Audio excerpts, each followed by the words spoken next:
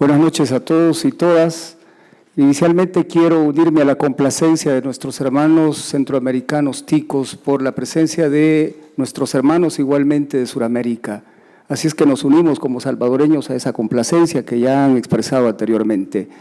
Igualmente quiero dar la bienvenida a mis colegas Natalie Magaña y Carlos Ortiz, que tienen el propósito de incorporarse a esta familia que crece cada día más y camino a eso vamos. Así es que sean bienvenidos a la incorporación de estos foros interesantísimos donde sin duda uno siempre aprende y a eso he venido yo. Sin embargo, he presentado una comunicación que tiene que ver con la infracapitalización societaria. Digamos inicialmente que el capital social es la coincidencia entre la cifra contable dispuesta en la escritura constitutiva y el valor de los bienes que se aportan a una sociedad. Y justamente el tema de la infracapitalización tiene como base ese capital social. Convengamos inicialmente que el capital social no es el patrimonio de la sociedad, en la medida en que ese capital social, como dije antes, es una cifra contable dispuesta en la escritura constitutiva y permanece invariable. En tanto que el patrimonio es el conjunto real de bienes con el que cuenta una sociedad en un momento determinado y que desde luego es variable. El capital social se caracteriza básicamente porque se trata de un instituto legal o de naturaleza legal.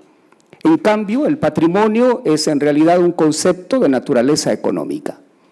Ahora bien, este capital social que nos viene ocupando tiene tres propósitos o tres funciones. La primera función tiene que ver con la productividad. La segunda función está representada por la determinación de la participación de cada socio dentro de la sociedad. Y en tercer lugar está la función de garantía. Esta es la que en realidad interesa cuando uno aborda el tema de la infracapitalización societaria. Porque en efecto, como función de garantía, el capital social tiende a proteger a los terceros. Y por ello, en atención al principio de seriedad, se exige desde luego que exista cierta proporcionalidad entre el capital social y la actividad a la que la sociedad vaya a dedicarse. Esto es para garantizar desde luego la solvencia de la sociedad frente a aquellas obligaciones que enseguida vaya adquiriendo. Digamos entonces que estamos frente a una infracapitalización cuando en realidad encontramos alguna diferencia proporcional entre ese capital de riesgo y el objeto social. Pues frente a esta tesis la doctrina ha propuesto dos soluciones. La primera de ellas tiene que ver con la no autorización del funcionamiento de aquellas sociedades en las que la autoridad correspondiente consiga determinar que no reúnen una coincidencia entre el capital y la actividad a la que vayan a dedicarse. Y por el otro lado está la posibilidad de determinar responsabilidad de los socios y directores, cuando por su causa la sociedad haya caído en deudas sociales, sobre todo cuando se trata de sociedades o empresas que están en marcha. Esta infracapitalización de las que ahora les vengo hablando puede ser desde luego originaria o puede ser sobrevenida. Es decir, puede presentarse ab initio o puede presentarse a posteriori. Pero lo cierto es que hay una clasificación que determina que esta infracapitalización puede ser material por un lado. Y estamos frente a ella cuando los socios no han dotado de recursos a la sociedad por la vía de aportes o por los préstamos que los mismos puedan hacer para que la sociedad atienda sus obligaciones. Dos han sido las responsabilidades que la doctrina sugiere en este ámbito. Por un lado, determinar la posibilidad de identificar una culpa o un dolo con relación a los socios y por el otro lado, la posibilidad de atribuirles una inadecuada capitalización de la sociedad. Desde luego, en estos dos casos, excluyendo aquellos socios que no sabían que existía la infracapitalización y aquellos socios que se opusieron a esa infracapitalización. En el otro extremo está la infracapitalización nominal. Y en esta en realidad asistimos a la posibilidad de que los socios, en lugar de haber llevado a cabo aportes para integrar el capital social, lo que hicieron fueron préstamos a la sociedad colocándose como verdaderos acreedores. La solución dispuesta por la doctrina tiene que ver con la posibilidad de limitar la responsabilidad de esos socios al valor del préstamo efectuado. Y en estos casos también hay excluyentes para aquellos socios que no tenían conocimiento del préstamo que se hizo o que desde luego no provocaron o no estimularon esa operación. Digamos en todo caso que el derecho no admite en realidad que existan sociedades que con su capital no consigan atender las obligaciones que asumen. Y en ese caso, lo que la doctrina determina es que o la sociedad tiene que cumplir con su capital o desde luego obviamos el límite del riesgo.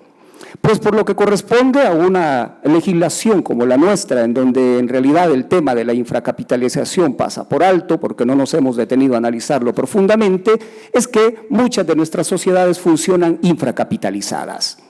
Tanto la sociedad de responsabilidad limitada como la anónima, a la que le hemos dado un mal uso porque la empleamos para las sociedades que son familiares básicamente, el tema tiene que ver con que se constituyen con $2.000. Y de esos $2.000 la ley faculta para que se pague inicialmente el 5%, con lo cual con $100 una sociedad puede funcionar. El problema se presenta cuando en realidad con ese capital se pueden constituir sociedades que tienen como propósito administrar complejos urbanísticos y pueden llevar a cabo construcciones de edificios y uno se pregunta en realidad si tienen capacidad para poder atender luego las obligaciones que asumen. El problema también radica en que nuestro régimen no admite la posibilidad de que un registrador califique a fondo la finalidad que tiene una sociedad y el aporte que están haciendo los socios. Y ese es un verdadero problema. Por otro lado, igualmente en el régimen jurídico salvadoreño se admite que una sociedad perfectamente funcione, aunque haya perdido los 3/4 de su capital social. Si he dicho antes que se constituye con $2.000, una sociedad puede tener una pérdida de $1.500 y perfectamente funcionar con 500, que es lo que le queda.